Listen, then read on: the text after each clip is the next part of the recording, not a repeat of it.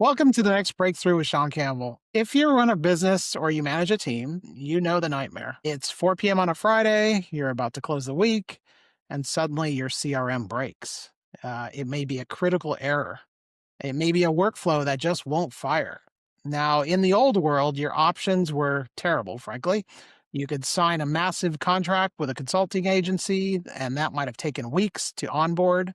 Or you can roll the dice on a random freelancer and hopefully they know what they're doing. But what if you could just press a button and get a top 1% expert on a video call in minutes? And what if you only had to pay for the time you actually use? Well, that's the promise of Balo. They've been called the Uber for Salesforce support, and they're completely disrupting the traditional consulting model. They've just secured some significant pre seed funding led by a former customer who believed in the product so much he decided to invest. So today I'm sitting down with one of the co founders, Luke Sheehan. We're going to talk about how they are democratizing access to elite tech talent, why the old agency model is dying, and what it takes to turn a massive industry headache into the next breakthrough. So, welcome, Luke, to the show. Thanks, Sean, and it's good to be with you. Thanks for the introduction. Absolutely. I'm really excited to learn more about Balo. We've had some conversations. I've met Michael and yourself at a recent Salesforce event, a partner event. And what you're doing is really different than what other people are doing in the industry. And you see this impact because of AI mostly impacting the way consultancies and people are leveraging their knowledge. So really interested to have this conversation with you today. Thanks, Sean. Yeah, I think with Michael, who's CEO, we bring together a rare blend of skills. Clearly, there's a business need for customers when and if they need help to be able to find it fast at an affordable rate. But you did touch on that a moment ago around the sort of quality control, and it has to be sort of with someone with a particular level of skill and expertise to resolve that bottleneck. I think you and I have worked in the technology world long enough to know that there's often many of meetings about meetings, where Planning to more plan. more often than not, the CEO just wants the bottleneck solved as quickly as possible. So that's something we've set out to achieve, and having a lot of fun. So in the intro, I mentioned, there's obviously the freelancer route. People can go to, platforms like Upwork or other sites like that. So how do you ensure that you vet like really the top 1% of experts? Can you just give us a bit of an overview of what Ballo is? And I think there's a bit of a story behind the name as well. Yeah. And then just let us know, what makes you different. Yeah, I think you've touched on it there. The secret sauce behind Barlow is our vetting process. Co-founder and CEO Michael himself was a marketing cloud expert. He started his journey 14 years ago, where Salesforce actually landed on his desk. And Michael was given a rare opportunity to deploy Marketing Cloud globally for a very large business called Pernod Ricard. I guess it was there that he fell in love with the product, so much so that he went on to build not one, but two Salesforce consultancies over the years, the last of which was sold to a very large global SI in the US, OSF Digital. And I guess Michael, having spent many of years on the services side of the Salesforce product, saw both the good and the bad, and identified that not everything required a very deep, lengthy engagement. And more often than not, businesses had some form of internal capability and or skills and experience, but they just needed that extra set of hands in the moments that mattered. So Balo, the very word Balo, it's a Korean word. And funnily enough, it's a four-letter word that has three meanings. It means connect now. It means honest conversations with upright members of the community. And that is everything that we're setting out to achieve as a hyperscale up company based here in Australia. It's a bit of a level of transparency that consultancies may or may not like, or agencies. How do you convince people to join the platform and say, actually, I'm willing to share 15 minutes of my knowledge versus, diving into a very long kind of pre-sales engagement and contracts and all of that. So how do you convince the experts to join? It's a good question, right? And I think it's just a market shift in the thinking of the actual worker. More often than not, many of these experts are ex large consultancies. For example, one of our experts spent 12 years as head of Salesforce innovation for Accenture. That very particular expert, has traversed the world from Chicago to New York to Sydney, Australia, and decided to set up a micro business himself. But like any small business owner who has a particular skill in a particular area, in this case, it's actually doing the hands on work as it relates to a very niche Salesforce product. They just simply don't have the time, effort, and energy to find the work. So Barlow is this unique offering for the expert to source their next opportunity to keep their dream alive as it relates to being a small business owner. Now, I will, debunk a few myths in that many of partner agencies are on platform today, on the Barlow platform. We have 22 listed agencies who have their top 1% on Barlow. And I guess that's a means for them to find and win over appropriate work. That being said, that's all quality control. Every single Barlow engagement is being recorded, is being transcribed, and the customer is fundamentally in the driver's seat in that that expert engagement is reviewed post consultation. And the end objective here is to ensure that it's a quality led conversation resolving bottlenecks as quickly as possible. And you mentioned this whole idea of capturing the information within the platform. One of the initial use cases of AI is to capture call transcriptions and be able to go back to those things because it does provide a lot of the knowledge that's back and forth. And it also helps the people in the meeting. You don't have to think about taking notes. Like right now, we're having a discussion. I don't need to worry about taking the notes. The AI is taking the notes for us. But in the traditional consulting model, when a consultant leaves the building, typically that knowledge kind of disappears. So are you documenting using AI?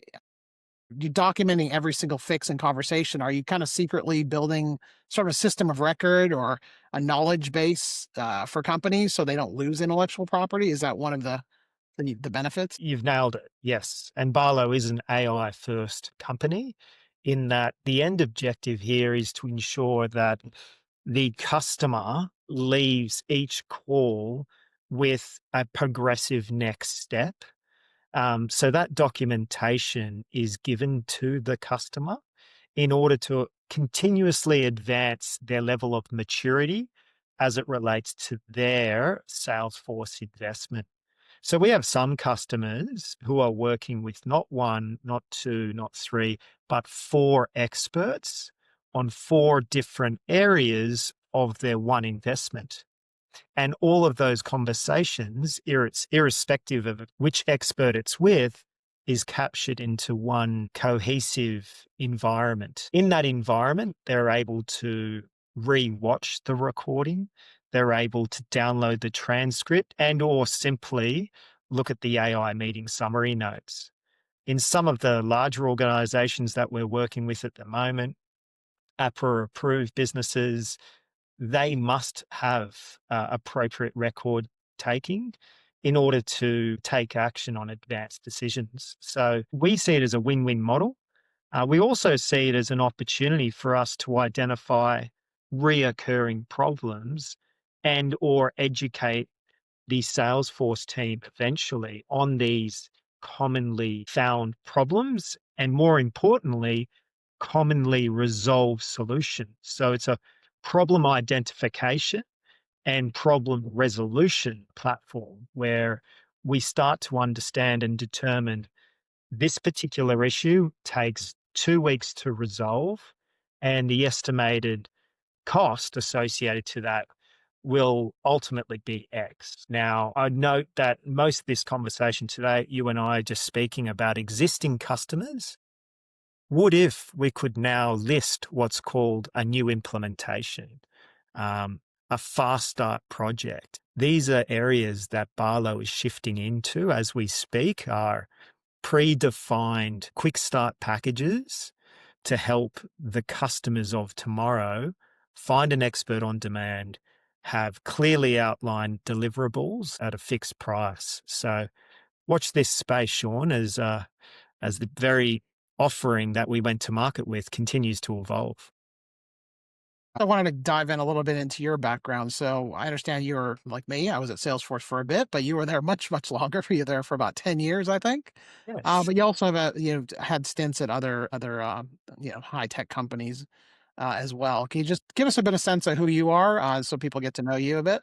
Interestingly, I was very fortunate to have found Salesforce in 2014. It was relatively a new concept and a smaller office in 201 Sussex Street, Sydney. Back then, it was very much the challenge around explaining to companies the benefit of the cloud versus on premise software systems.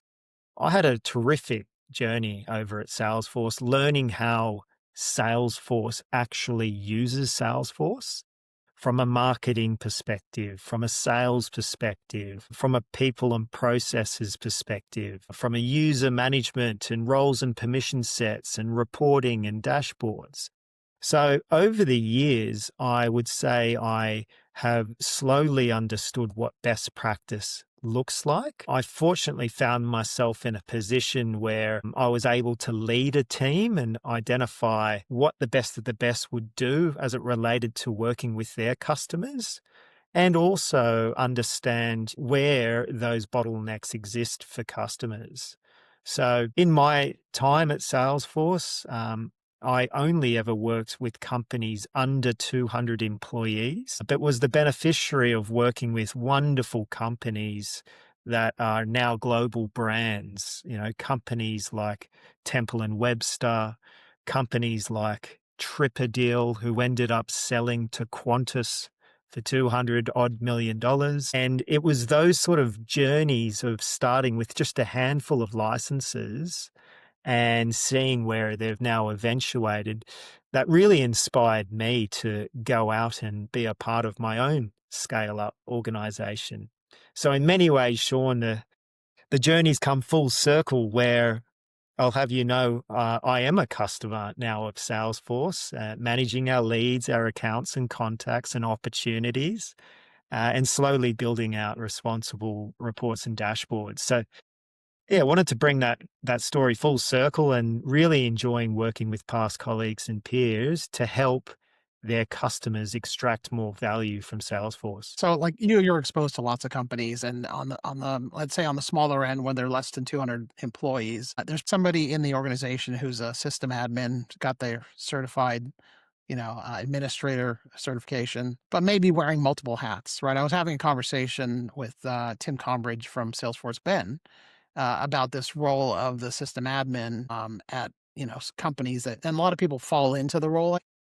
So I just love your thoughts on, like, with AI and the on-demand platforms like yourself, what do you think is going to be the role? Do you see full-time in-house Salesforce admins? Is that dying, or and people are moving towards more this high-tech, high-level tech support, and it's kind of gig-based? Yeah, What do you see that? look, I absolutely see the role of the admin to potentially be the puppeteer of resources. And what I mean by that is in 2014, Salesforce were very strong in the CRM space. But as you know, Sean, the offering has just gone bananas. Now have Tableau, MuleSoft, Slack, Demandware, Crux. Like you name all of these acquisitions, there is. I mean, in my experience, it's very rare to find a particular individual who is a genuine expert across all Everything. the Salesforce. It just doesn't exist. And in fact, the day that you find that person, Sean, show me who it is because I'll hire them here at Balo, you know. My point being is I think in life it's no different to a sporting team where you know your role and you know your strengths and you certainly know your weaknesses. Barlow allows you to essentially work with a collection of experts based on their domain expertise. So we have an expert, small business security expert, Jody Miners, and she loves focusing on the security aspect of the platform. We have an expert up in Japan, Alon, who is a account engagement part or guru, but does not want to talk about anything security related. And then we have people like, Chad, who is just a gun when it comes to all things Agent Force. He wrote the white paper on Agent Force and built a demo for Mark Benioff himself for the World Economic Forum, where it was specifically Agent Force related. But those three profiles are all experts in their own right in a particular area on the Salesforce platform. So being able to know your strengths, understand your weaknesses, I believe the role of the admin moving forward will certainly be able to lean on services such as Barlow to find that extra set of hands when and if needed. Because Sean, you don't require that person to be around full time. It is something and or an observation I'm starting to learn. You mentioned Agent Force, right? For those outside the Salesforce ecosystem, Salesforce has been going all in on Agent Force, which is basically autonomous AI agents that sort of do the work themselves. You think of them as AI employees, right? Digital employees. But a lot of people fear that this is going to kill the need for consultants and experts. So, do you see a future where Balo has basically become sort of like an AI mechanic of, and not just having people fix some of these solutions, but having the AI agents fix some of the problems? Yeah, look, it's certainly on our roadmap and our journey, Sean, but we're just crawling before we walk, before we run at the moment. What we have found is something that we didn't realize. Experts book experts to assist and swarm around a customer issue. So that was an observation. Perhaps in the future, we may see experts actively create their own agents and replica of themselves as they continuously solve repetitive problems for clients and or customers. But what I love about Agent Force is the ability to assist with either or cost reductions and revenue generating activities at the moment. We worked with a client over in Perth, Western Australia, the Grout guy, and within 6 weeks, they were able to deploy an awesome service case study. If you haven't checked it out, please go and have a look. But it was all to do with time savings. And those time savings impacted the number of dispatches that are required to schedule a job. So the use case is abundant. For now, we're focused, Sean, on our customers' use cases. And in time, I believe our experts, may have the opportunity to create their own agent of themselves. So watch this space. Okay. Give us a sense of the scale, right? So I know you've launched into Europe. I know you're dealing with multiple Salesforce products or even potentially strategy discussions or other types of non-technical advice that these Salesforce experts can provide. Give us a sense of, how many experts are on the platform and how many countries and where you're available. A wonderful question. And to answer that point blank is it's evolving, right? We launched in Australia, really world tour this year, pre-revenue. Okay. And we identified Australia has about 7,500 existing customers under that 200 employee segment. If we look at sort of Dublin, Ireland, that number multiplies by 4 to around the 16,000. And then if we jump across to the US, Sean, your bread and butter, there's over 100,000 small, medium businesses. The beautiful thing about Barlow is that it is a universal solution to a universal problem. And that problem is those companies under 200 employees, give or take, they struggle to afford lengthy partner engagements. They struggle to afford hiring someone full time. And so the advantages that Barlow offers that enormous portion of companies um, is proving to be very, very valuable.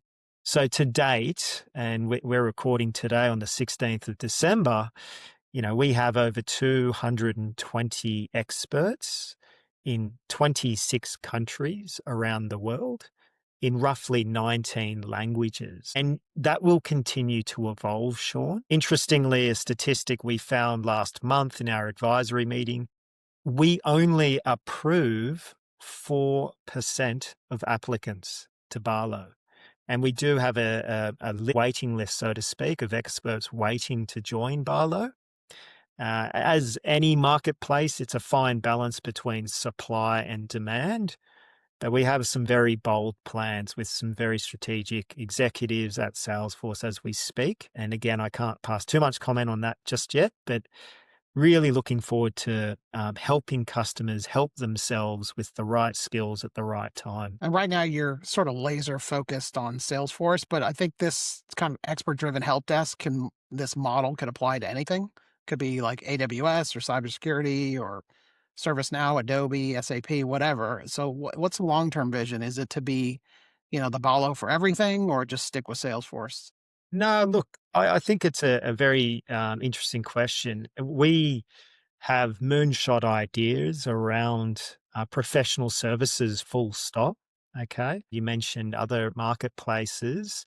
I think it's important if you do something, do it right and take your learnings and lessons before you try and conquer the world. For now, we're very comfortable in the Salesforce ecosystem. Though that's not to say other technologies don't face identical problems. So there is an appetite, provided we find the right person with the right entrepreneurial skills in other sort of marketplace and or technologies. We wouldn't rule out having a healthy conversation. Our worldview is that professional services is ripe for disruption. We believe in over 20 years it has not been disrupted. And I'll remind you, 20 years ago it was when the iPhone first came out.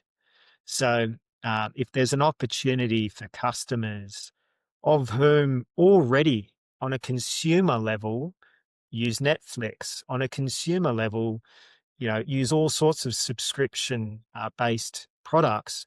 Why is it that in the business world they could not also benefit from such alignments and agreements? So it's quite a new business. You said March is kind of when you kicked off, which is incredible growth in just 2025 when a lot of businesses are struggling, and trying to grow or just survive the year.